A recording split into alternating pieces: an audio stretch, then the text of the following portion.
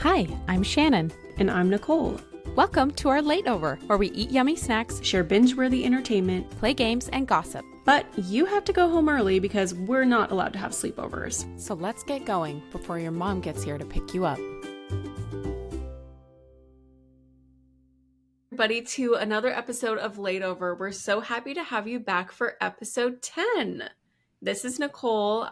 Episode 10. I'm the little sister. And this is my big sister, Shannon. Sorry. And she's messing up my intro. So excited. I'm Shannon. I'm excited. Okay. A decade of episodes. And by a decade, I mean 10. Yes. I can't believe it. And we also haven't recorded in a couple weeks. Not that anyone else notices, but it's been a minute. It's been almost 2 weeks since we recorded because we got ourselves ahead.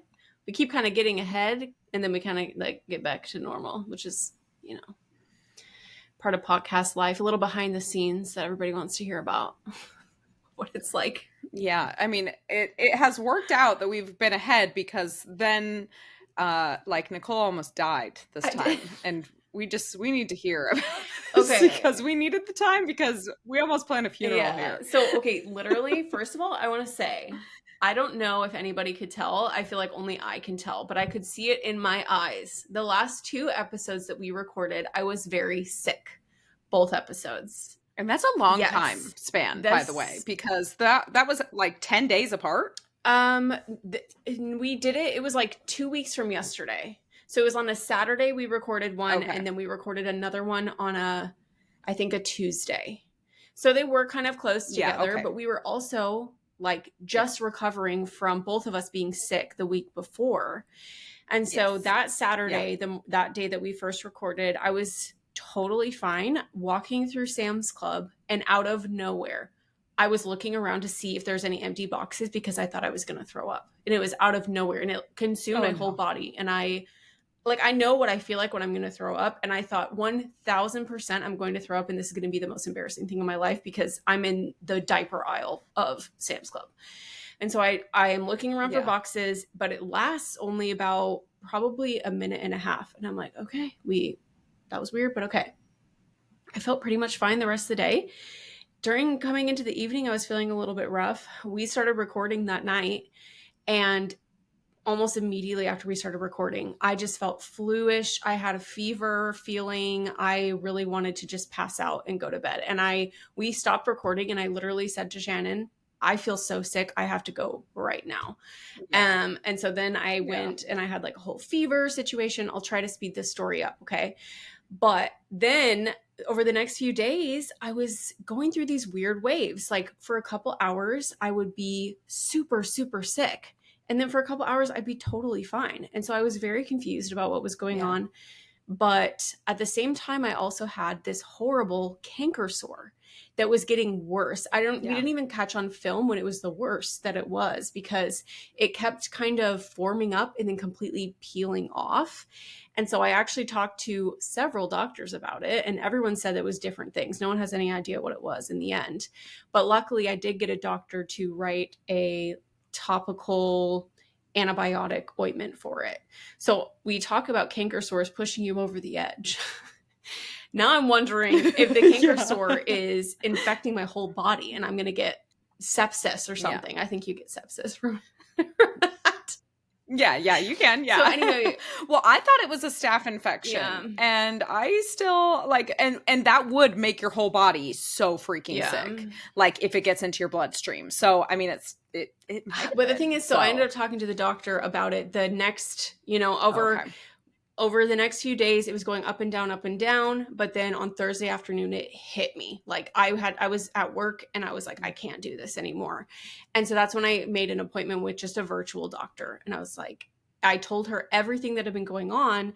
And I said, the timeline of when my canker sore came up and when I started getting sick and all this stuff. And she said, because of the timing of it, because they happened at basically the same time, that it was probably not my lip causing an infection, but in fact, it was that my immune system was already really low because I had another infection that the canker sore probably, came to life or whatever. So anyway, Thursday afternoon through Monday morning, so we're talking 3.5 days, I was so long. Just in bed. I could not get up. I was in and out of consciousness. I was having major tummy troubles. The worst I've ever had in my entire life.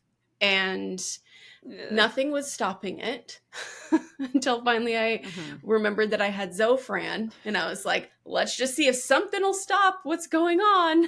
And Zofran did end up stopping it, but it was so miserable. I'm still sick. So I'm now on day 15 of, I mean, I'm still improving every single day. I really am improving every single day. I don't think I'm still sick, quote unquote, but I'm just weak. I think that I lost a lot of nutrients. I've been feeling very on edge also because I haven't been able to have any strength to work out or anything like that. I mean, I did do some Pilates today, just 30-minute beginner Pilates, and it made me so tired. Afterwards, I just laid down and I was like, okay, well, at least I tried to do something, and it was all just really easy, but I don't know. It was not good. And I'm just kind of, want to know what's weird. All right, fine. We're going to get a little bit deeper into this. Okay. I have this thing that I've realized, it's a pattern, that when I full blown with my heart and mind and my body decide that I'm going to go in on, like, I'm going to lift weights. I'm going to, be really dedicated to getting that dream body or whatever it is. This has happened twice now. I end up getting sick over and over and over and over again as soon as I decide that I'm going to do that.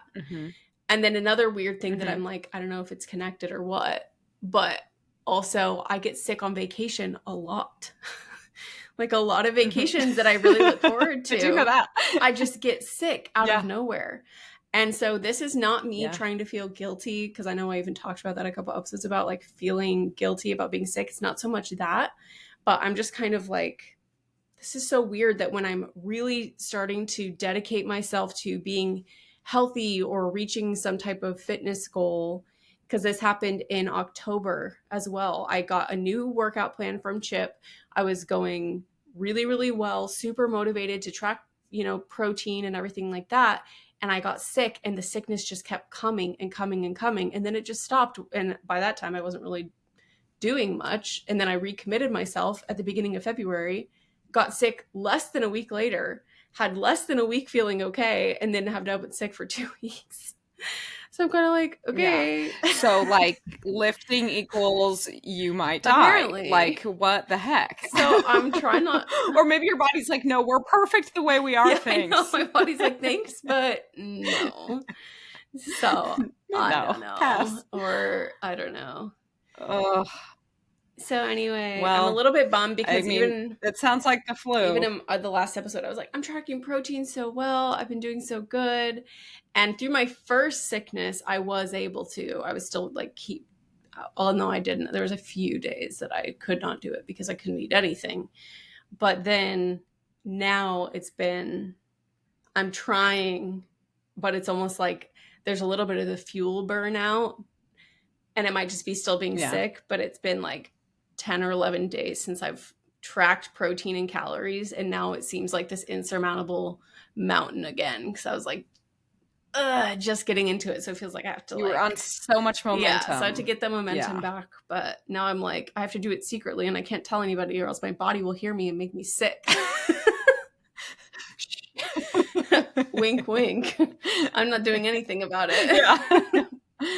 We're not tracking protein. Oh my gosh. So miserable. Anyway, not to be dramatic, but I think that if this were olden days, I would have died. Genuinely, I think I would have died because I had to get an IV and everything like that because I was on my deathbed. So anyway, while I was out cold, I did end up opening my eyes for a few hours for a special event last Sunday. Oh, yes. The Superbowl. Yes. What an interesting how the turntables. Yeah. That was, it was one of those things where at first it was kind of exciting, and it was like Cooper DeJean got the pick 6, and then there was, AJ Brown got the pass interference call, and it was like, oh, awesome.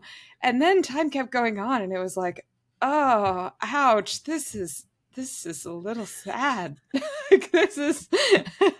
I feel like I told my dad texted me like during the fourth quarter, and he was like, this is just an absolute beatdown. And I said, it's like watching, what's it when you can't read? Illiterate. There we go.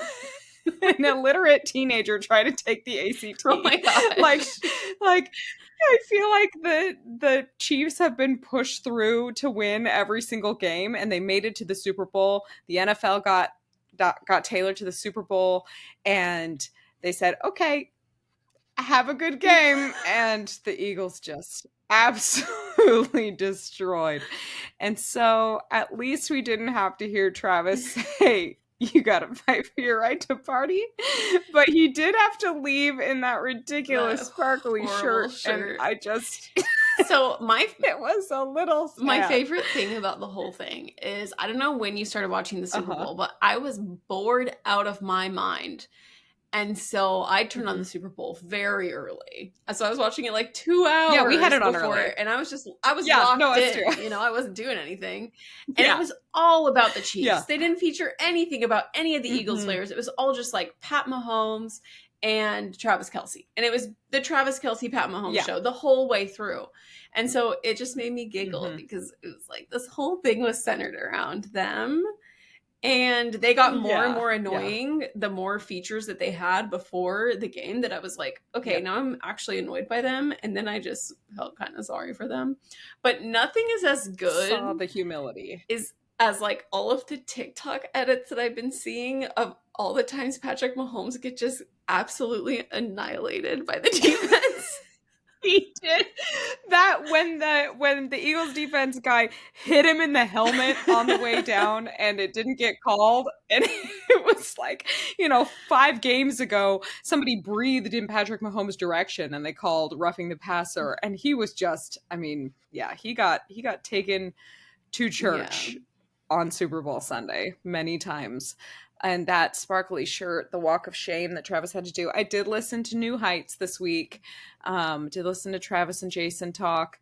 And it was, I think a little piece of humble pie. Something Travis said that I thought was really good. He was like, everybody wants to know if I'm going to retire. And basically, right now I'm not in the right headspace to make that decision. But if I feel like I'm going to be a liability to my team, like I need to be done.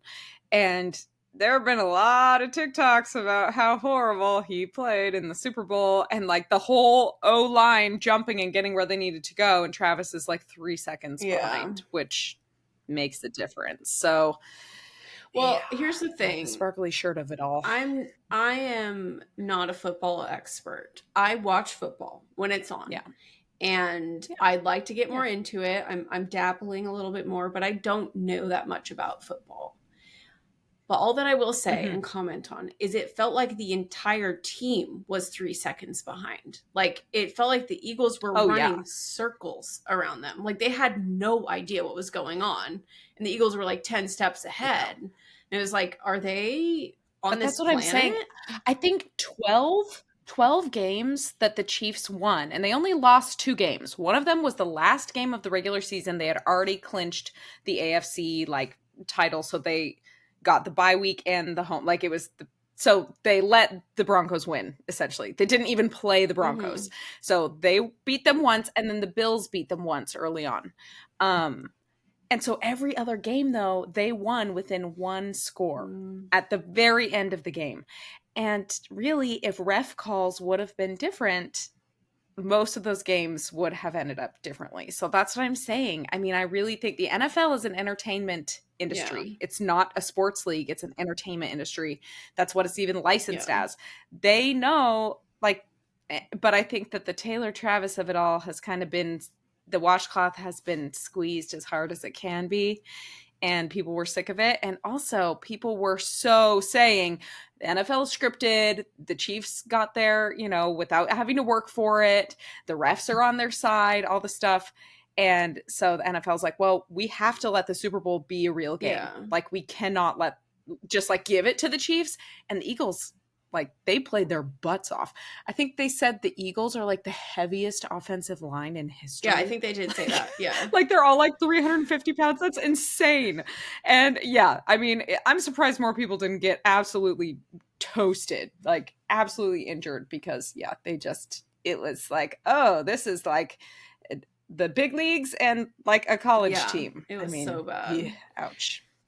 Did you have any but, Super Bowl ad thoughts? I did think the Dunkin' commercial with Ben Affleck and his brother Casey Affleck and Bill Belichick and Bill Belichick's like 24-year-old fiance was hysterical. And I just have to give it to the queen. She is getting that bag. Bill Belichick, I believe, is 79 years old, something like that. And she is stunning. I should know her name. I should say her name. But the fact that she was in the commercial, and she was in it like 3 times. Every time Bill was in it, she was right next to him. And I was like, you know what? Go off, queen. Totally. Get it. Other than that, I was mostly horrified. Or I cried like 15 times about, the one with was it the AI or like Google something where the dad was trying to find another job and it was showing all the experience he had as a dad? I cried like 5 times. It was too much. But everything else, the Coffee Mate tongue one. Gosh. Immediately. I love how everyone. I was a little bit out of it. I was paying attention to the game. Some of the commercials, I was starting to kind of zone out because I was like, I can't keep track of all of them. They're so fast.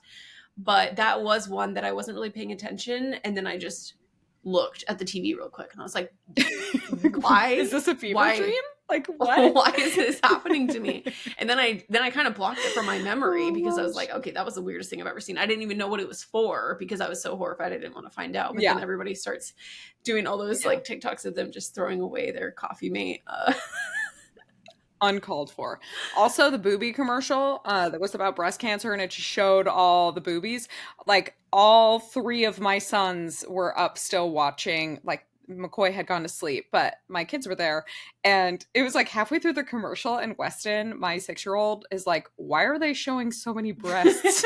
I didn't see that one. I was like, well, they're it was like they showed all these different sizes. It was all the camera angles were like at all these different women's breasts, and then it was something about like breast cancer awareness, or I don't even know what the end part of it. Haley Steinfeld was in it for a split second, but then I was like, well, they're trying to raise awareness about breast cancer, and saying that breasts get attention for lots of things, but not for cancer. Anyway, it was kind of a funny talking point, which is funny because before the game, Jared was like, well, Janet Jackson isn't going to be there, which is always our running halftime joke. We are peak millennial. And he's like, so we probably won't be seeing any. Am I allowed to say nipples? I don't even know what I'm allowed to say or not allowed to say. I mark most of our things I was 18 like, plus anyway, so. Yeah, I do too. And I was like, yeah, you're right, we won't. And I mean, that commercial, we didn't see him full, but there was a lot. But it was just funny that our 3 sons, that Weston was like, that's a lot of breasts. Yeah, it is. But yeah, I mean, it was a good time. I was pleasantly surprised, as was most of the world, I guess. I did have only one issue that I can think of because I'm just like really salty about it, because I think a lot of people really liked the Nike commercial with all the women in it and saying you can't, so you can't, like, so do it and all of that stuff. And people were like, this is such a great ad and all this stuff. But I'm like, Nike has literally cut countless sponsorships and collaborations with women who get pregnant. Like, are we just forgetting this fact? Like, are we just forgetting that they literally do not support pregnant women? So why would they support women if they don't support pregnant women? Like, this is not. Yeah, which is like an integral part of like being a woman for most women. So I thought that was rich, and I anytime I've seen some video, some discourse about it, and I think even people that I know. So sorry if you're listening to this and you're like offended, but Nike really doesn't support women, and so that commercial seemed very suspicious. No, they don't. So anyway, yeah, I could go on a whole tangent, but yeah, I'm with you. It felt a little pandering to me, totally. But that's fine. It's fine. Also, oh man, we could talk on and on about the halftime show, but we can just leave it at those are great jeans, and I think I own a pair just like the ones Kendrick wore, and good job on the flares, Kendrick. That's about all. Yeah. My favorite meme has been the one that I sent you where the halftime show was in sync to Happy Feet. Oh, the penguins. Yes. And they nailed it too. It's like, I love people who did this. I don't know who you are, but people are awesome for finding that out. So I do love that. And yeah. Oh, that's what the internet is good yes, for. totally. So good. So good. Hey, I'm getting hungry. Can you go ask your mom for a snack? Yeah. Do you want salty or sweet? Both. Welcome back to Snack Time. We have some stuff on our hearts, on our stomachs. Nicole, will you start us out? What do you want to start with? Sweet or salty? I'm going to start with sweet today. And I will say that this was a hard one for me, okay? Because I'm not so positive this week. I've been It's been a crappy couple very weeks, salty over what's going on. Yeah. And so, but you know what? I thought of something. And I actually am very sweet on this. The past couple of days, we've taken the time, Chip and I, to cook very labor-intensive meals. And that's not something that I do very often. It's not something we do very often. But both times that we did it, we made for the day after Valentine's Day, which was technically our Valentine's Day dinner, we made steak. And Chip makes this steak in this reverse sear method after a 24-hour dry brine in the fridge. And it's very, very good. He learned how to do it from Reddit. And it's super, super good. And we had that with crispy little potatoes and asparagus. And then for dessert, I made a high protein banana pudding that was so good because I've been craving banana pudding. And so that was our meal. And overall, the whole process takes a long time. And then I saw a TikTok the other day about red wine braised short ribs. And I've never made short ribs before. I don't even know if I've ever eaten short ribs before. But after watching this TikTok, I kid you not, I dreamed about making these red wine braised short ribs for an entire night. Every dream I went into was just some type of spin-off around getting the ingredients to make this or eating it or who I was eating it with. Like, it was just really in there. So I decided to make that today, and they were absolutely incredible, by the way. They turned out so good. I literally, after I took them out of the oven, I went to go grab it, and I just lifted and the bone just like came right off. Like the rest of the meat just totally fell off of it. Stunning. And so it was perfect and delicious, but it was so labor intensive. I served it over mashed potatoes, and probably I was preparing the meal for easily an hour and a half to 2 hours, plus the braising or in the oven for the middle of it. But it tasted so good, and we're always in such a rush when we're making dinner or eating dinner, and we always got the kids around and all this stuff. So last night we took the timed it right so that we got to eat that after the kids went to bed, so we could just sit down and eat without anybody bothering us. And then we did the same thing with the short ribs. We had them for lunch, so we had a little bit of a late lunch, but both the kids were napping, and so we took the time to do that. And we don't get to do that very often, and we have the opportunity to. I just think we don't, and it was nice to take the time to actually, put effort into the meal. And they were beautiful and delicious, and I will definitely be making the short ribs again. You sent me that TikTok, and I'm gonna need to put that on my menu because it looked so freaking good. The only thing was I ordered short ribs. I didn't really know what the poundage of short ribs are, and so I ordered just one package of short ribs, which ended up being 4 ribs. And then I thought that was like, it's like, that's pretty much what she had. But then as I'm cooking it, I was like, she has like 12 ribs. This is not. She had a lot. Okay. So luckily I was able to kind of adjust the recipe. I didn't put half a bottle of wine in because I was like, this is going to get real winey. Yeah. But now that I know it's good, I'm willing to invest and buy some more short ribs. But that was one thing that I was like, okay, I do not know the poundage of short ribs, and now I know. So I'll have to buy some more. Just one time. And you learned. So anyway. Yum. Such delicious food over the past few days, and it feels very nourishing after being sick to have that.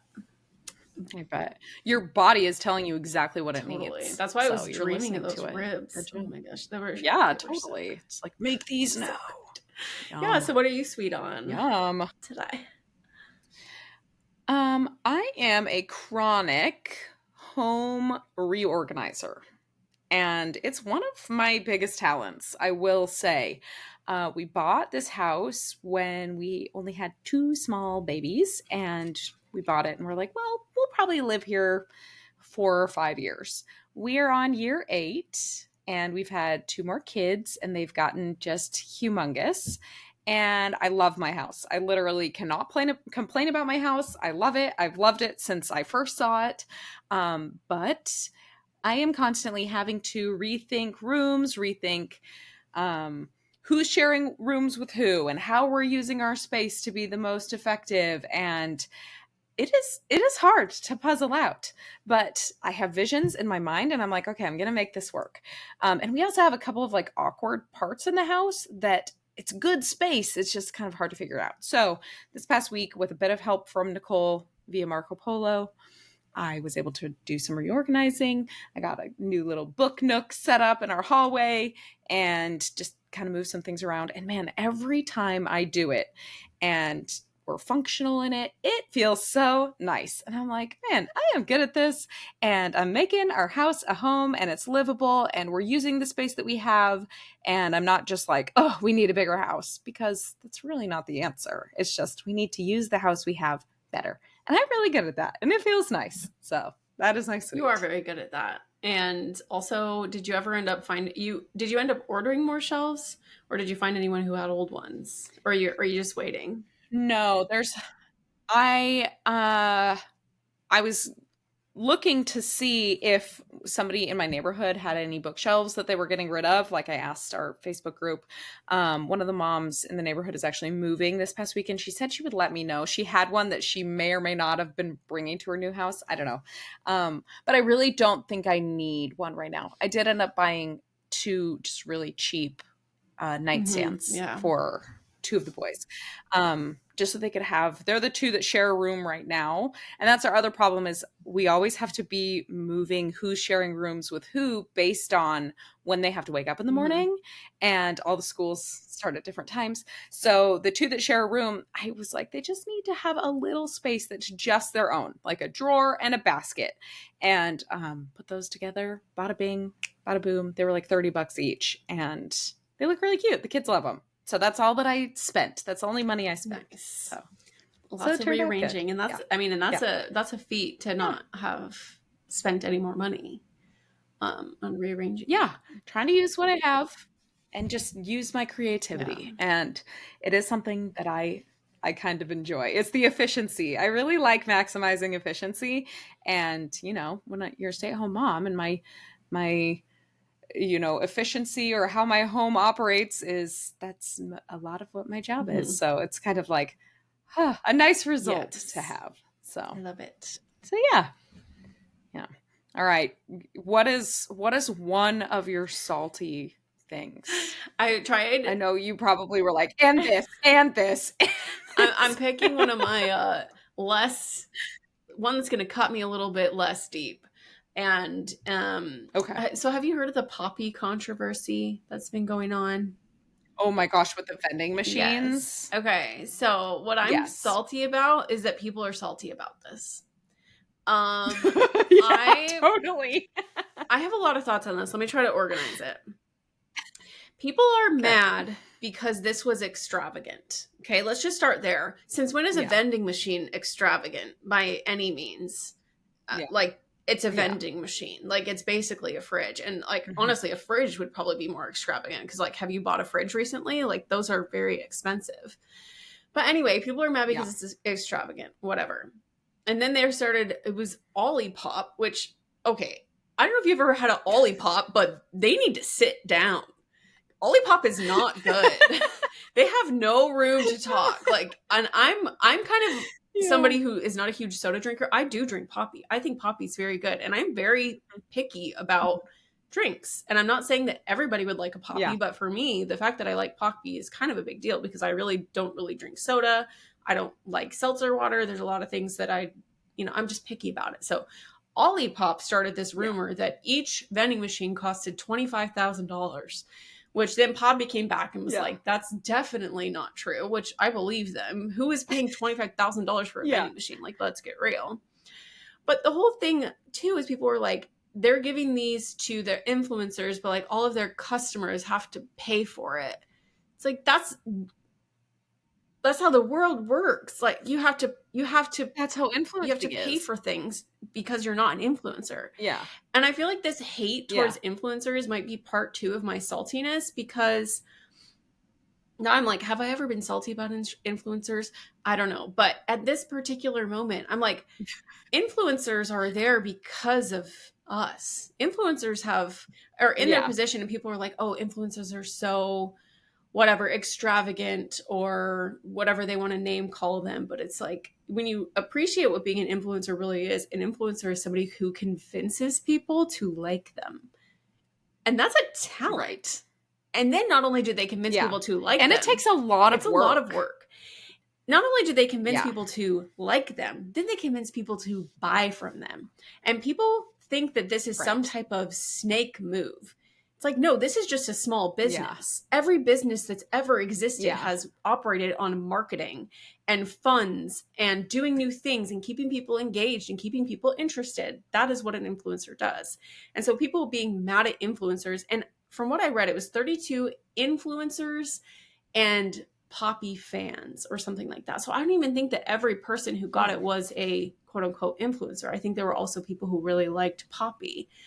But either way, people are just so mad about this. And it's like, are we not like remembering the Tarte influencer trips that now nobody cares about? And there's so much more extravagance that that businesses have done for influencers. And I know people, every Super Bowl commercial costs at least $5 million. Yeah. I mean, like that is astronomical. Yeah. I mean, and we're gonna be mad about that. Well, and that's what social media is, guys. People are mad at Poppy for having a Super Bowl ad. They're saying it was like, it's like, why are you holding Poppy to any other standard? Why do you think that Poppy's your friend? And because they're your friend, they're not supposed to do a Super Bowl ad? Like, that doesn't make any sense. Is it Poppy or Olipop? I think it's Poppy that their biggest investor, or no, I think it's Olipop. Their biggest investor is Pepsi, like the guy who owns Pepsi, and they're about to be bought out by Pepsi. It's one of them. It must be. I bet you it's Poppy. So it's like, yeah, they are still a soda, guys. Yeah. I don't know.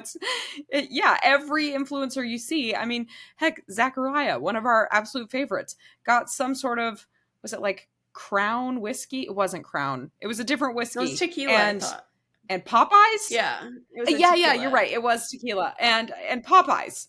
Somebody just delivered this to his house. Now, it wasn't a giant thing, but yeah, that's just what the PR is. But how hard do these people work? They post a ton of stuff, and that's not easy. And they have to stay relevant and likable, and they could be canceled like that. I mean, the risk of being an influencer is kind of high. It is super high. I don't know. And so anyway, I'm just really salty about it because I don't know why people are picking on Poppy. I don't think it was particularly extravagant. Yeah. And even Poppy has come out and said the vending machines didn't cost that much money, and we're not leaving them there.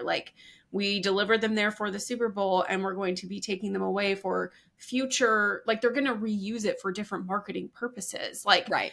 Well, everybody's they could have given these to hospitals. They could have blah-de-da-de-da. It's guys, come on. The virtue signaling kills me. I will say the messiness of the Olipop commenting was kind of hilarious. I do love active brands in social media, the whole Duolingo owl dying this week. Don't understand the context. But I do think it's funny. I do find it funny because what does that owl have anything to do with learning another language? I don't know. Weird. But it's hilarious. Makes it stick in your mind. But the other thing was I did see the Poppy founder or girl give somewhat of an apology, and I feel like she should have doubled down or not apologized. She should have been guys, no. It was a little bit, and I get that it's hard to navigate these things because you have no idea. The internet gets bored and needs something to be mad about. But I wish she would have been guys, this did not cost this much money.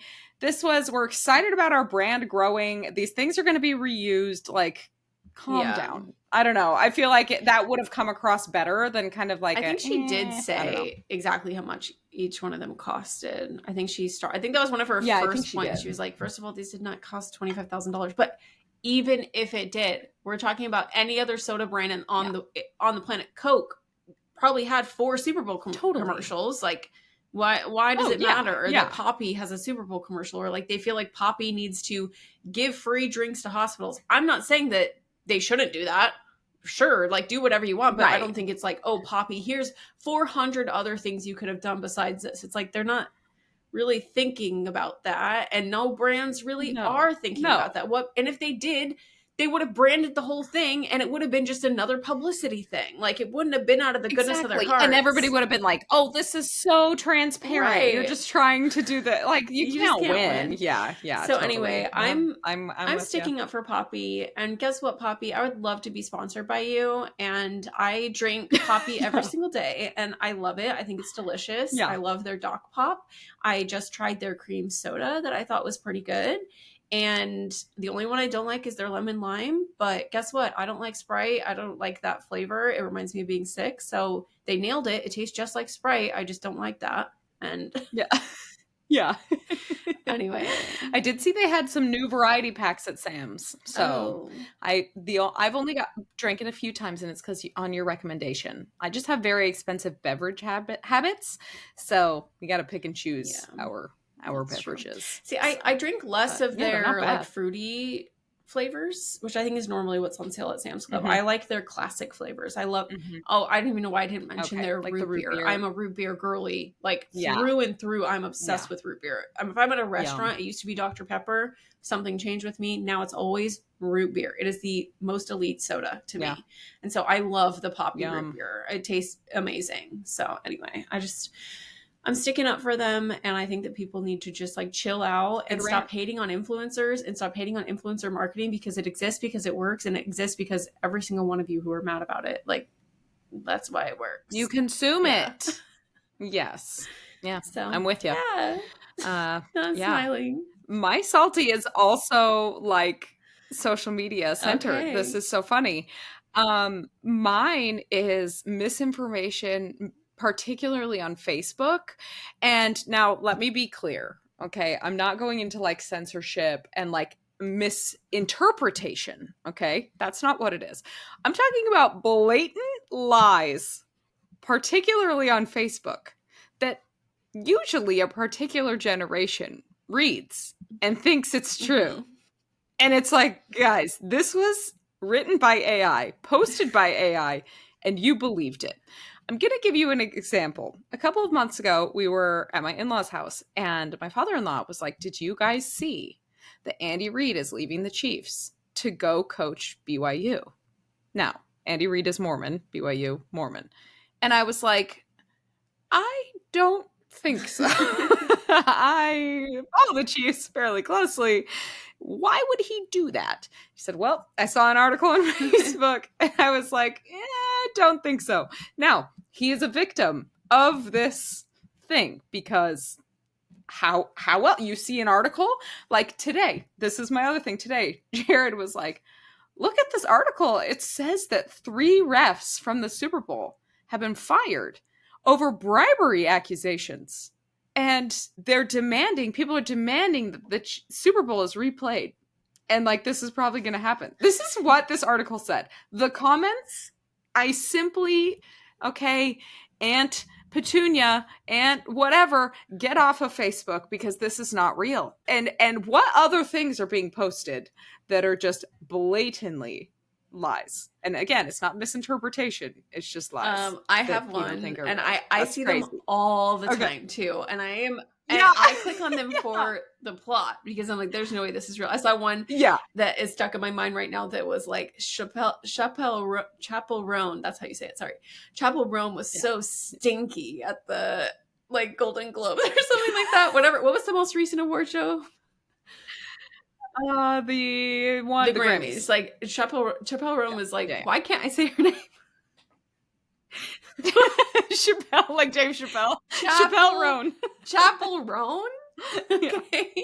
Chapel Roan. Yeah. Like Chapel Roan was so stinky at the Grammys, and it like shows a picture of like Sabrina Carpenter hugging her and them being like, what's that smell? And it's like, it was Chapel Roan. Poor Chapel Roan. Chapel Roan. And all the comments are probably like, I knew she looked like she stunk. She doesn't look like she showers. And it's like, guys, this is not true. 100%. One of the top comments is like, well, maybe it was like, you can tell that she stinks by the way that she does her makeup. It's like, what?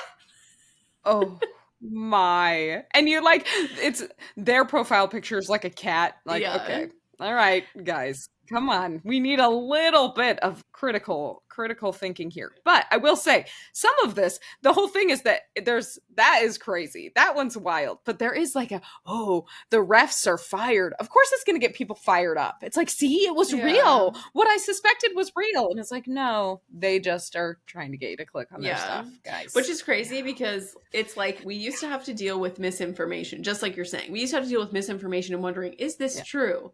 And now we're wondering, like, was this created 100% knowing it was false? Like, it's like a whole other level. Like, is this an outright lie? Which and I know I can't think of an exact example. I saw a few things about, like, this is the real reason why Taylor Swift was booed at the Super Bowl or something, and makes up some super random explanation about, like, why she was booed at the Super Bowl. And it's like, okay, this is not real. So, anyway.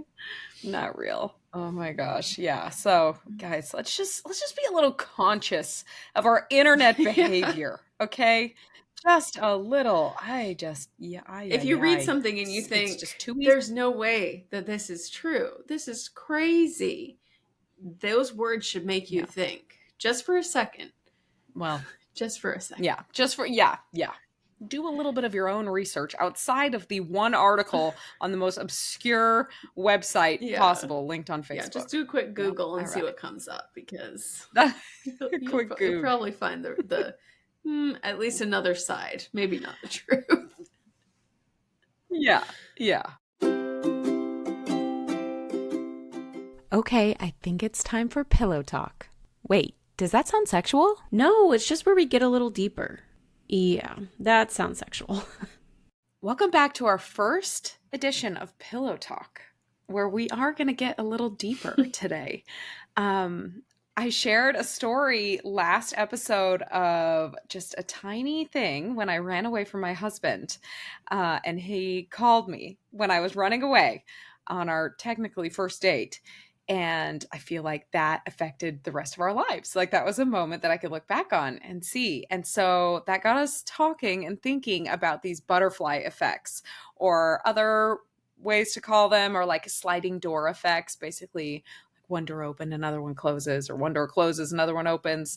And so we thought it would be fun to talk about some of these other things that have happened in our own lives and that have kind of landed us where we are now, or landed us in a place that got us where we are now. And just such an interesting thing to be able to look back on. So Nicole, do you want to start us off? Yeah, I'd love to. I find this kind of thing so interesting, and it was fun for me to kind of reflect on a few different things. And I think I've landed on two of the biggest that I at least know of, that I can see so clearly. So I'll start with my first one, and let me just set the scene a little bit.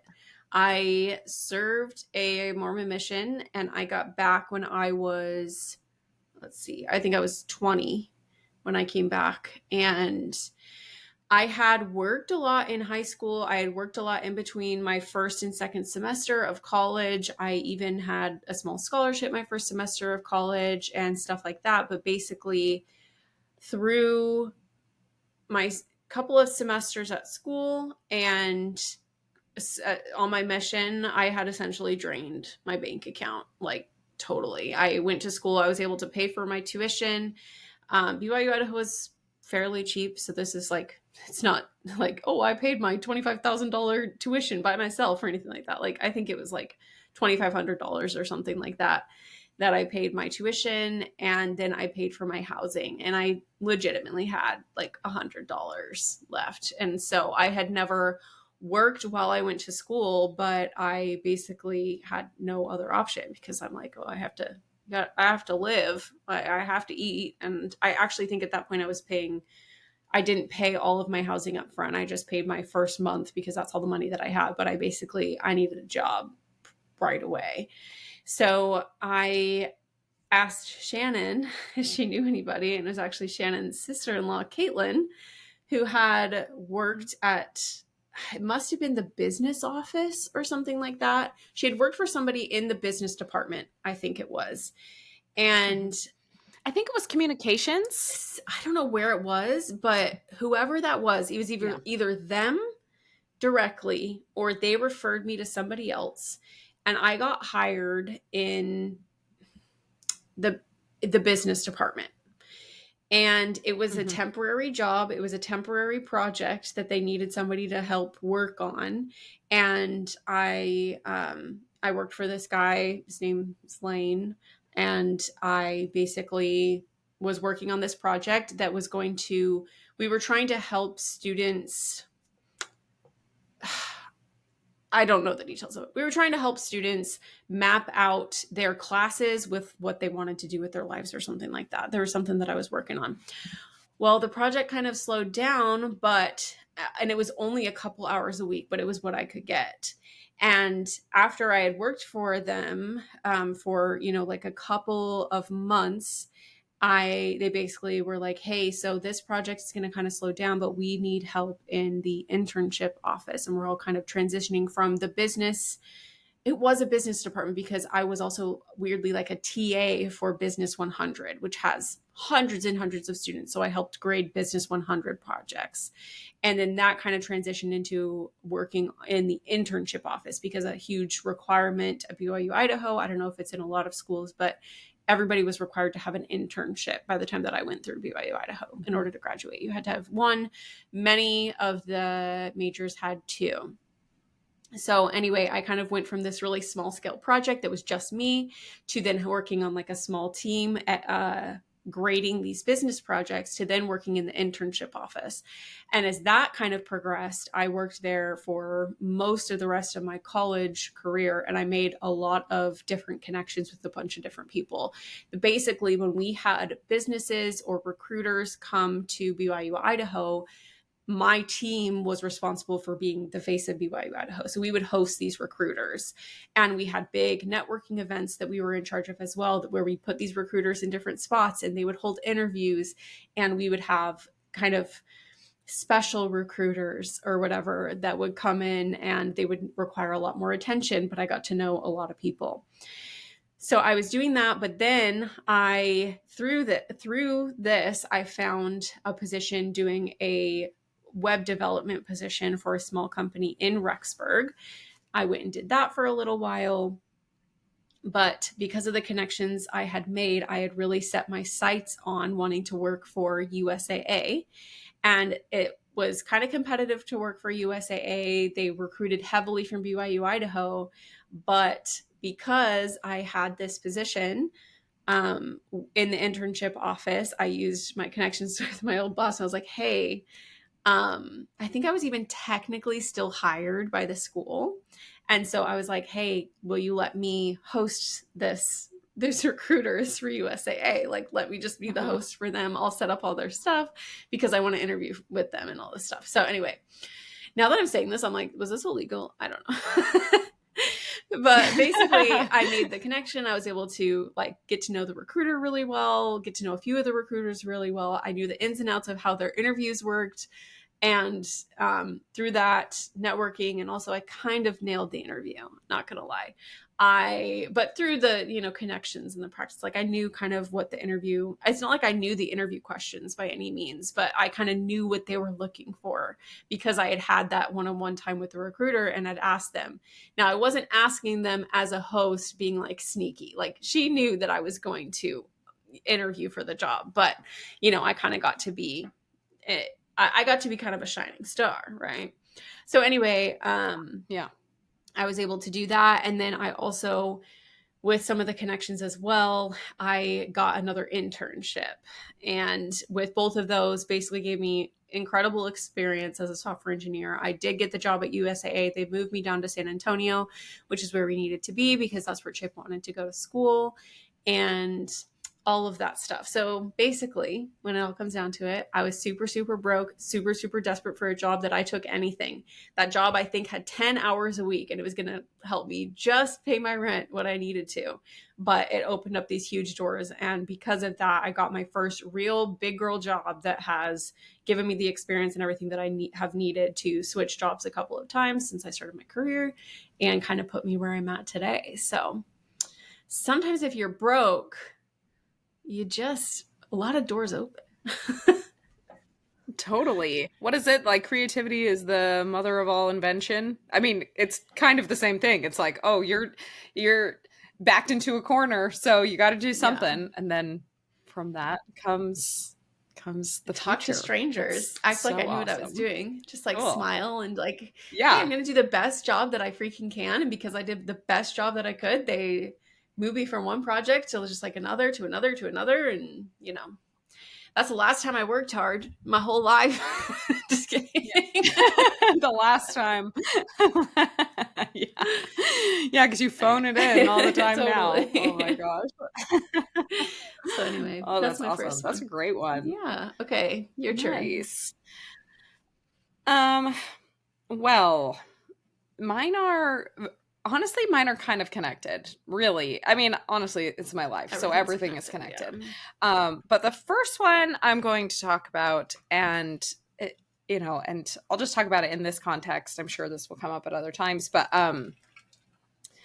I had back in, I had my third son, Weston, in 2018, and I almost immediately after, I really felt like we should have another baby, like ASAP.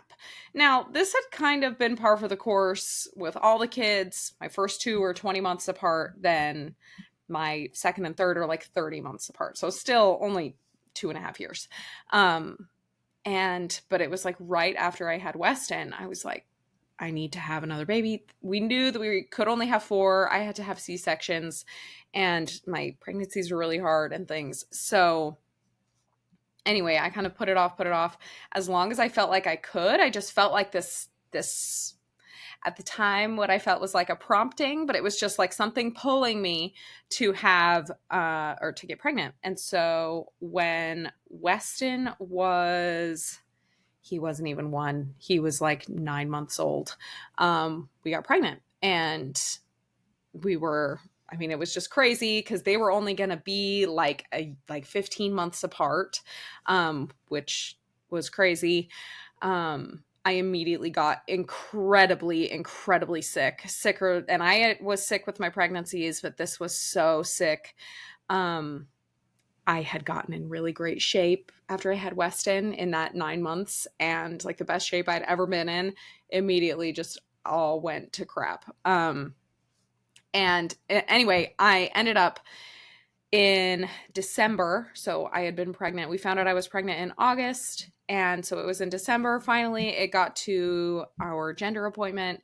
We went, and there was no heartbeat. And so we ended up having to go in, and I delivered her. That was our daughter. And I was 17 weeks, something like that. So it was a late term miscarriage. This particular event in my life changed basically everything.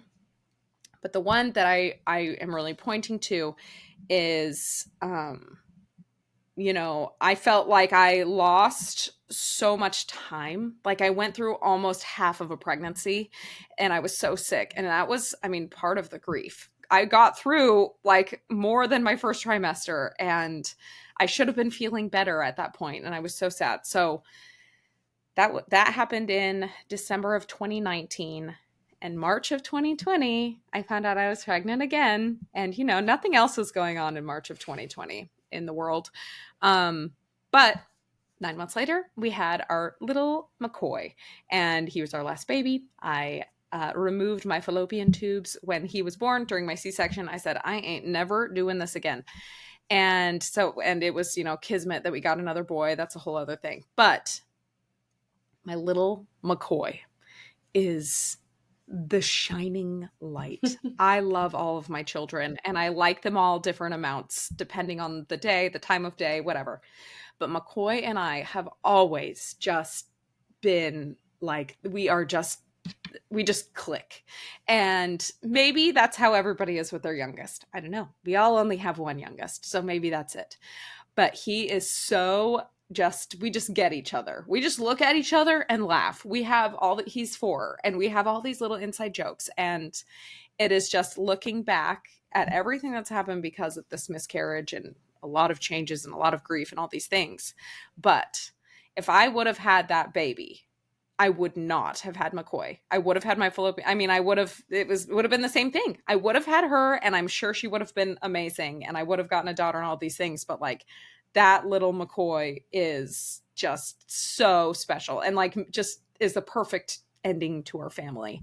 And I'm so glad it ended up that way. Now, that wasn't necessarily a choice that I made, but it's just so crazy to look back and like just definitively know, like, you would not be here if that would not have happened. And I'm so glad he's here. He's my little McCoy. So and cute. He's so special. Everyone loves him. He gets along with all of his brothers. He is just like the most shining light, the sweetest boy. And even if he wasn't, I mean, we would still love him all the same. But there's something special about that little guy. There's so many funny things about McCoy, but in my mind, when I think of McCoy, all I think of is when we were in Branson our first year. So that means McCoy was 3. He must have been 3. He was 2.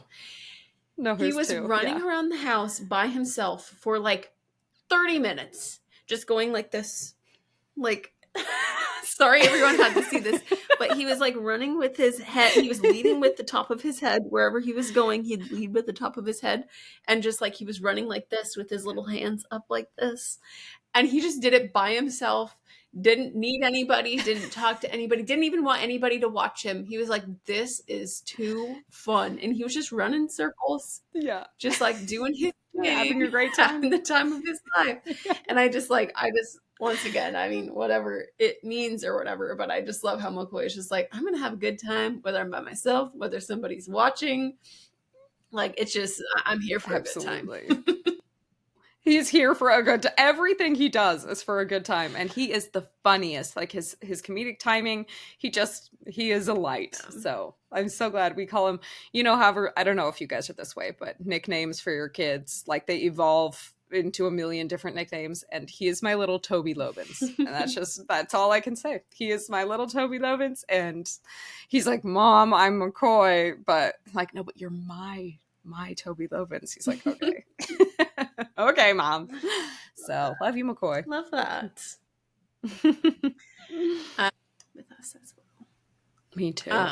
My next one is, it kind of all ends up in the same time span as what I kind of referred to before, but Chip and I were married, and a little snippet of fact, I guess, Chip was in some random course, and I think somebody was in his class only for the first couple of classes, and then he had to drop out or something.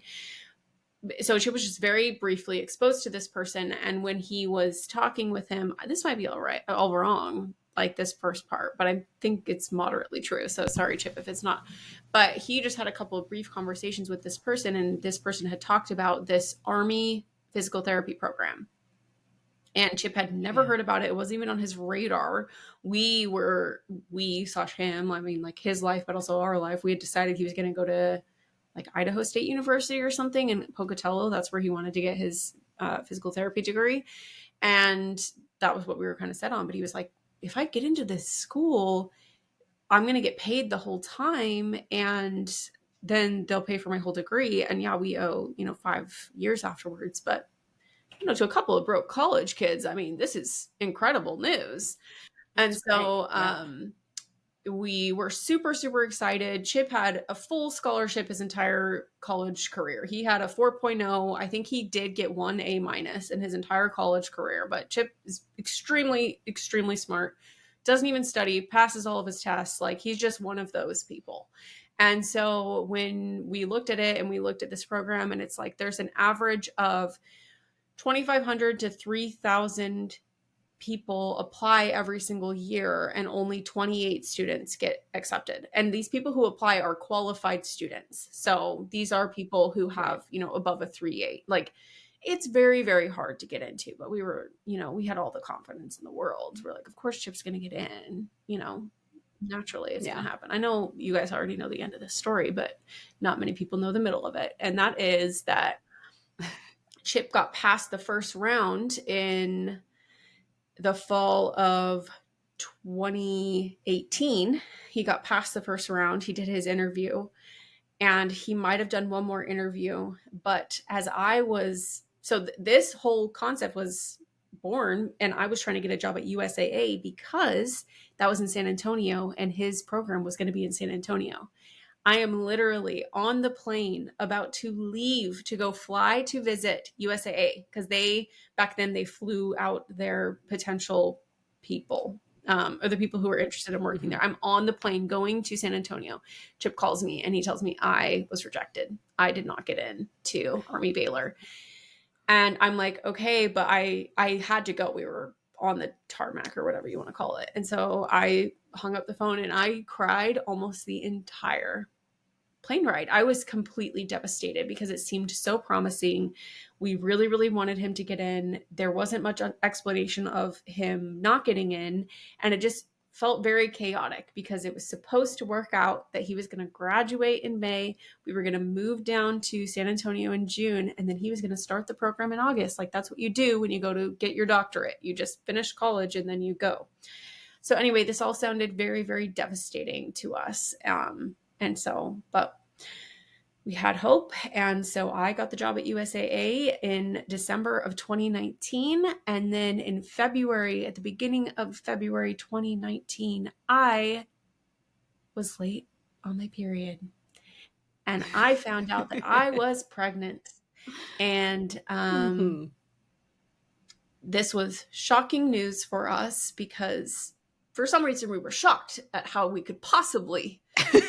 How could this have possibly happened? It only takes once, okay? It only takes once, people. For some people. I'm sorry, that was probably very inconsiderate, but it can only take once. I should say that. It can only take once, yeah. Yeah. Find out that I'm pregnant. This is all very, very hard. I'm pregnant. We moved to San Antonio. Chip kind of gets this almost like a PTA job. And he's working there for a little while. I have Bentley, but as things work out, basically Chip needed to quit his job and stay home with Bentley while he, reapplied and did this whole process. He had actually already applied and he had made it through everything, and we were just waiting to find out. And then in March of 2020, we find out that Chip did get into the program. So as the second year applying, he got into the program. We were super, super happy. But because of that, Chip was able to stay home with Bentley until he was, I think, 9 months old. And as I had talked about in the Working Moms episode, if you guys have missed it, I'll give a quick recap. But this time for me in my career to be working without worrying about childcare was fundamental, because if Chip had gone into the program, there is absolutely no way that we could have had Chip home or something like that. And it was the process of him being home that I was able to work through a lot of my stuff and a lot of my issues and my insecurities with being a working mom, be able to work through those and continue on my career, which is, that's something that has been able to provide for our family in really big ways. It's been my entire, life since I've, graduated college and all of that stuff. So anyway, it seemed like it was totally closing the door. And at the time, our basic plan was that I would work until we had kids, and then I was going to quit and never work again. But because of how everything lined up, because we had Bentley way earlier than we expected, and because Chip was able to stay home with him, I was able to work through my own stuff and kind of pick this life for myself and this path for myself. And I don't think I could have done that if Chip were to have just gotten accepted his first year. I think that I would have been too just panicked about the whole situation. So anyway, hopefully that makes sense. Hopefully the butterfly effect makes sense. So to you. It was so crazy though. Like, Yeah, I mean, like you getting that job at USAA with the intent that he was gonna also be in that program at the same time, not having planned for a baby at all, and then finding out he didn't get in, but it's like, okay, well, I still have to try to find a job. I mean, it's just the way that everything lined up was just so it was wild. literally perfect. So, and then it was, and honestly, another blessing outside of my career. I mean, we all know what happened in March of 2020, and I'm sure things would have worked out with my job and everything like that, but childcare was basically impossible during that time. And so I'm sure my job would have been moderately flexible, but I don't want to say that they'd be like, yeah, sure, you don't have to have childcare. Like, it would have been a really difficult situation, especially for those first couple months trying to find childcare. So, you know, it was just a no-brainer, and we were just able to kind of do it. And then randomly in that time too, we bought a house at that time because we had just found out that Chip got in, and it was like we were able to get first of all, interest rates were crazy low, but also because I was the only one working, we qualified for like a low income grant on our house.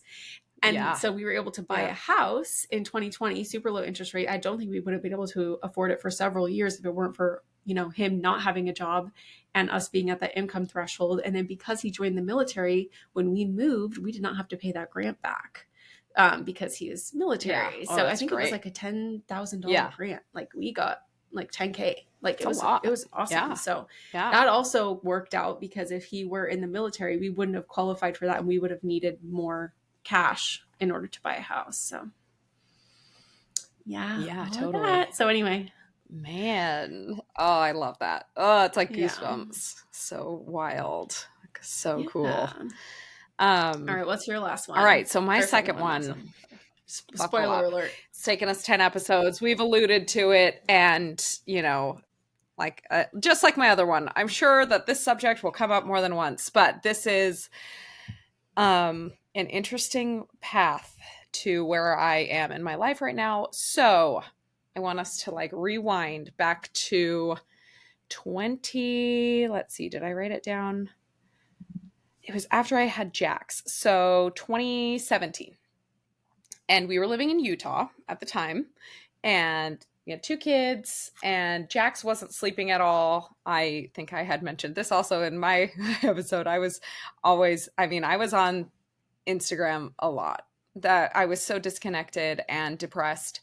And I feel like 2017 was really like the peak of influencers, like up and coming. And there was a girl who started a temple dress company called QNOR, and the girl's name was Rosie Card. Now I was in Utah, so, and by temple dress, for those of you that are not members of the church or don't know much context, the Mormon temple is like big white buildings where you go, you get married, you go worship, and they're kind of all over the place. And when you're there, you have to wear special clothing. So this girl started this company called QNOR, where she sold kind of prettier temple dresses, because usually the ones you could find were fairly homely. They have to be a certain level of modesty. So I bought one of her temple dresses and posted a picture, and she ended up using my picture on her website as some sort of like a model photo kind of. And I really liked her and I really followed her. And she posted something, it might have been 6 months to a year later, and it was something about the church's general conference. And again, the context is twice a year, the Mormon church has what's called general conference, where the prophet of the church and a bunch of the other big leaders get up and speak and kind of give counsel and whatever. And I followed Rosie very closely. And during conference, after the fact, she had this big post about how there was only one woman who spoke in conference, and how that was kind of hurtful to her and to women, and like, why aren't women being represented in this way? And anyway, I thought it was interesting. I just kind of really liked her and followed her for a while. So a little bit later, several years later, in May of 2021, I don't remember when Rosie started her podcast, but she did start a podcast called Q More, where she would kind of talk about questions about the church. She was still an active member of the church, but just kind of diving deeper into some of these maybe millennial questions, some of them doctrinal, a lot of them cultural type things. And she had a guest on her podcast. And of course, I listened to them because I was a fan of Rosie for a long time. And her guest was Jennifer Finlayson Fife, who is a licensed psychotherapist or psychologist. And she helps marriage counseling, marriage therapist for Mormon couples. And this podcast was called The Sex Talk We All Deserve. And I remember vividly listening to this in my kitchen, and the timing, we also have to remember this was May of 2021. It was after I had McCoy just a few months previous at the end of 2020. I had lost that baby the year before. I had lots of grief and questions, and I had also just turned 30. So anyway, this podcast just absolutely blew my mind. Just the few things that Jennifer Finlayson Fife talked about with shame around sex and some of the roles that women play, as well as men, got me super interested. I then kind of went down this rabbit hole. She had been featured on tons of podcasts, so I immediately just started listening to everything I possibly could. And it was all church positive, but it was about, it was mostly about women claiming their sexuality and, Mormon women. And as I had been pregnant and having babies for a long time and was trying to kind of refine my own self. And that led us, she has these courses. And so that led Jared and I to each take one of her courses. She had this one for men called The Art of Loving. And it was just speaking to some of the roles that men fall into in the church, and the way that the church sets them up in their marriages and things like that, and how to kind of reverse some of those things. And the woman's course is called The Art of Desire. And it's not just sexual desire. She really defined desire as wanting anything in your life. And at that point, so much, I was still really reeling from losing my daughter, which was one of the biggest things that I had ever desired in my entire life. And anyway, I even pulled up my course because I wanted to read this little quote. I read this in this course just a couple months. It was probably November, December of 2021. And she was talking about LDS women and desire. And she said, reflexive accommodation of others' desires to give whatever is wanted of us whenever it is wanted is not goodness. If our sacrificial acts are not freely chosen, we will feel resentment. Our behavior tells us a lot more about what we want than what we say about what we want does. And then she shared a clip to this YouTube video, and it was a video that the church had put out, and it was titled You Never Know How Much Good You Do. And basically it's this video about this mom whose sister was coming into town just for a night, and they were really excited to go out together. But throughout the day, her kids needed her neighbor needed her to watch her own kid, her husband needed something. She did all of this stuff. And at the end of the day, she wasn't able to go be with her sister because she had to take care of everybody else. And it was basically at the end of the video, it showed all these other people that this woman had helped, had sacrificed the time with her sister for, and how one of them had cancer and she really needed the help. And somebody else, the kid, got an A on the test and whatever. And oh, you never know how much good you do, how much all your sacrifices make. And this video and that quote punched me square in the face. And I was like, oh my gosh, I have been taught my whole life that anything that I want is not important, and that everything that everybody else wants, I need to put ahead of myself. And that's a big problem. And so I'm 30 years old, a stay-at-home mom to 4 kids, living with so much resentment and immaturity in so many ways. And I've got to, this changed the fundamental way I looked at my own life and everything in it. Now, from there, a lot of dominoes fell. It was not so, I don't believe it was much of a coincidence that only a couple of short months later, something happened at church where I was deeply uncomfortable and sexually harassed. And I brought this to the leader of our congregation, and things basically blew up within this congregation. I probably would not have had the courage to approach a leader about this situation if I had not been taking this course. I had already been having lots of faith issues for a long time at this point. But anyway, things fell as they were, and a lot of social things ended up because of this fallout. But I had this kind of underlying confidence and strength that this course from Jennifer Finlayson Fife, and that I was really relying on and rebuilding some of the foundational things in my own mind to carry me through this experience. And it's just crazy that I can trace that all the way back to just buying a temple dress from a girl who was making pretty Mormon temple dresses. And I still love and will always love Jennifer Finlayson Fife. In fact, my husband has a podcast with his brother. So cute. And they've been doing it for a while. And they got to interview her a couple of years ago. And I was fangirling so hard. It was right after we finished these courses when we were still going to church. But they had her on the podcast. And I was just like, in the other room, just like, I am your biggest fan. And she is still an active member of the church. She just is trying to help couples have the best marriage they can in the church. And I'm so, so grateful for her words and her courage. And I owe a lot of where I am right now to buying that temple dress. So I love that. And I didn't know that. You didn't? Not the temple dress aspect of it. Really? I knew that the Jennifer Finlayson Fife stuff was a huge thing, but I didn't realize how you had heard about her.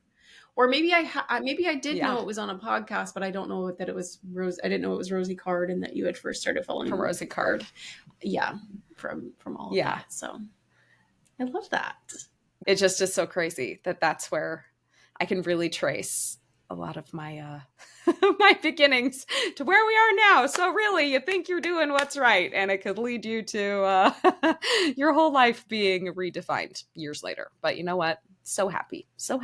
And I still have, actually, no, I don't. I did get rid of that temple dress. Sorry, Rosie. You gotta let it go. Yeah, I did let it go. So, awesome. So yeah, that's it. I love it. Well, yeah, we just, we really wanted to talk about this because we just like to hear ourselves talk, first of all, and we like reflecting on it, second of all, but also I just think reflecting on this really helps you feel like if you are in a dark spot or you are backed into a corner or things just really don't look like they're going to work out, that like sometimes the biggest rejection or the biggest low point can just kind of propel you into your life completely changing in the best ways possible. And yeah. Yeah. I think that is so true. Like, looking back, I think talking about low points, which I mean, like I talked about the miscarriage, but I really do think that perspective really helps you when you are going through things that you may perceive or maybe really are kind of horrible things. You know, Chip not getting in, and you were basing your whole life around him getting into that school, and he didn't, and you guys were like, what the heck? But then you look back and it's like, oh, I'm so glad things ended up the way that they did. Totally. I mean, I don't know about you, but there aren't very many things that I look back on and I'm like, man, I'm so mad about how this ended up. I mean, like, I have a really great life despite basically all the bad things that have happened to me or that I perceive to happen to me or that I caused to happen to me. So yeah, that having that perspective is so important. Totally. And yeah, like you're saying, it can help you if you are in a low point, which, you know, I think there's like low days, but then I also think that there's low points, you know, it's more than just a bad day, which I think you can definitely have, but it's like, even like something really just bad happening or something really unexpected. And you just feel so frustrated. Heck. Okay, fine. I'm going to give one bonus. I'm sorry, but I have to say this because please, Chip, speaking of Chip again, hello. He has been trying so hard. We're in Tennessee and he really, really wants to stay here for his next military assignment. He got offered this job. He went through the whole interview process, went up.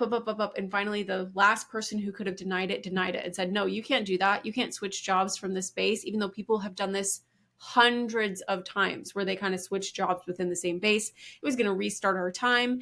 We were going to be kind of just like good to go, not have to move all this stuff. We were so mad because he canceled this from Chip, and it was supposed to be this gateway so that we didn't have to move again and our lives can just feel settled and be the same. We find out like a week ago, maybe a week and a half ago, the unit that he would have switched to out of nowhere now cannot go on leave until like August or September. They're on this like must be ready to go within like a week's notice. They're leaving for a month in the middle of the summer. And then in October, they're now deploying for 9 months. Oh and so gosh. that and he would have done that if he would have gotten so this from job. This point, for basically the next 2 years, Chip wouldn't have been able to leave the city, and then he would be gone for almost an entire year had he gotten this job. Like that door was just slammed in our face, and we were so mad because of the whole process. And I was like, oh, thank goodness that didn't happen. Yeah, seriously. So anyway, sorry, that was a bonus, but I just had to mention so glad that didn't happen. No, I love the bonus. And I also want to point out, I don't think it's toxic positivity, because it truly is ending up at a place where you can look back and be like, oh, okay, I see now. That doesn't mean that going through hard things, you have to be like, well, something great's going to happen because of it. Like, that's annoying. No. Good call out. Things suck. Things get really, really shitty. Yeah. And like, I mean, yeah, we're gonna have to go into a lot more when I get more courage, more details of a lot of things. But yeah, things get really crappy. But I do think it's so important to take time to look back and be like, man, even be glad for those things that happen, because you're where you are now because of them. So. Ugh, my mom is outside. I have to go. Quick, before you go, what should I binge this week? Basic binge. And before you head out, we are going to give you a couple of things you might want to binge this week, or just share what we've been binging. So Shannon, you go ahead and go first. We had a true binge. We watched this miniseries on Netflix called La Palma. It was scary. It was kind of like The Day After Tomorrow-esque. And it's a story about this island in the Canary Islands off of Africa.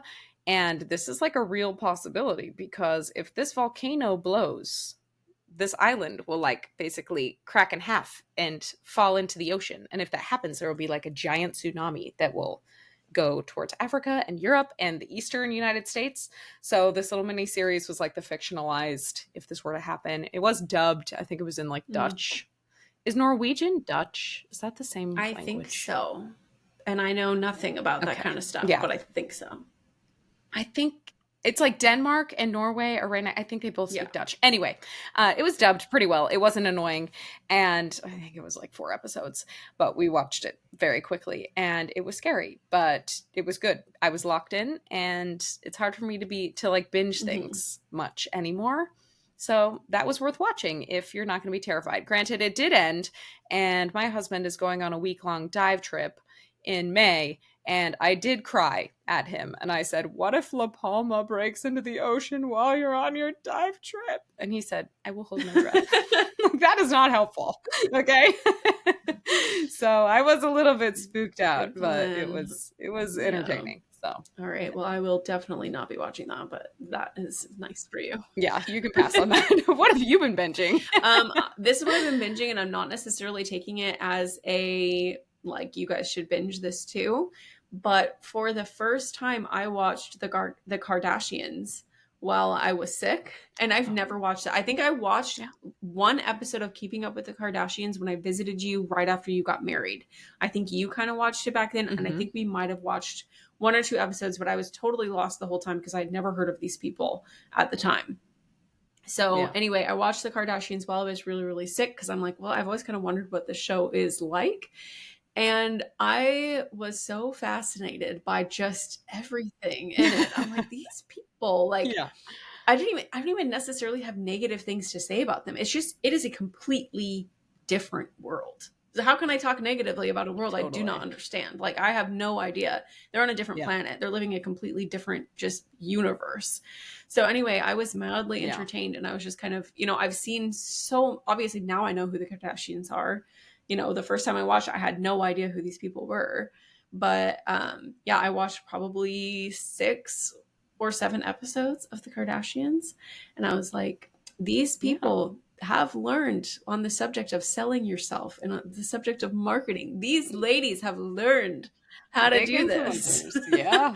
So yeah, totally. But I'm they are nice to look at too. Yeah. I mean, like, everybody can trash on the Kardashians, but they have chiseled themselves to be like so pleasant to look except at. for I'm So sorry, that's kind of like, I'm gonna just say one thing. Their butts are messed up. Okay. They're not real at this point. Like, they've all messed with their butts. Snip, snap, snip, snap. And they're freaky. And that's the only part of them that freaks me out is their butts. Like, if they're filming from behind, I'm like, those butts don't look right. Make it stop. But anyway, I do think I watched one of those early seasons. I mean, that was 15 years ago. So it must have been one of the early seasons. I think I watched like one season and I was like, it's not even negative. I'm just like, this is not for me. That is not a virtue signal. I know, and I genuinely don't think I'll ever turn it on again. But I did watch it, in and out, like while I was fevered. It's a really good when you're sick. Yeah. And I was like I can't use my. I just kept thinking, right, I'm like, the resources that they would have when they're sick. I'm sure they have doctors coming to their house. They've got IV fluids flowing. They probably got just so much that they can do, so many resources that they would have if they were sick. Even before they get sick, they've probably got access to all sorts of preventative medicine and care. And I'm not trying to make that sound like, oh, the rich, eat the rich. I'm not even trying to say that. I'm just so, like I said, it's just this different world. And so I was thinking about that, like imagining what do they have when they're sick, or, they have tons of babies, and you and I have enough experience to know that having babies is not easy. And so I'm like, what resources do they have that help them keep going while they're sick? Because for me, both my kids basically took me out for the entire pregnancy. I couldn't do anything. So I'm like, they've got to have something. Yeah. What do they know? And I wish I knew. How did they do this? How did they do it all? But anyway. Well, Kim had surrogates. I think she only had one baby, and then she had surrogates, which would help. That sounds easier. That would, just a little. I didn't know that Kim had surrogates. I knew that not Courtney, the other one. Not Courtney. Chloe. Chloe had a surrogate for her second. But anyway. Yeah. Does she only have 2? She only has 2. Yeah. So anyway. Yeah, that would be easier. But yeah, good binges. All right. Well, this was a fantastic episode. I agree. Thank you for joining us. This was great. 10 episodes. Look at us. That's a milestone, folks. Thank you so much for listening. So if you like listening to us and you think that somebody else might like it too, you can share us. We're in it for this podcast, and we're super excited to keep going with it. So you can comment, let us know you like it. You can share it, whatever, and we'd love to hear it. So please praise us. And subscribe. It sounds like I'm subscribe. Yes, we need praise me. And with that, we will see you guys next week. All right. We love you guys. See you later. It's me. Sorry. It's okay.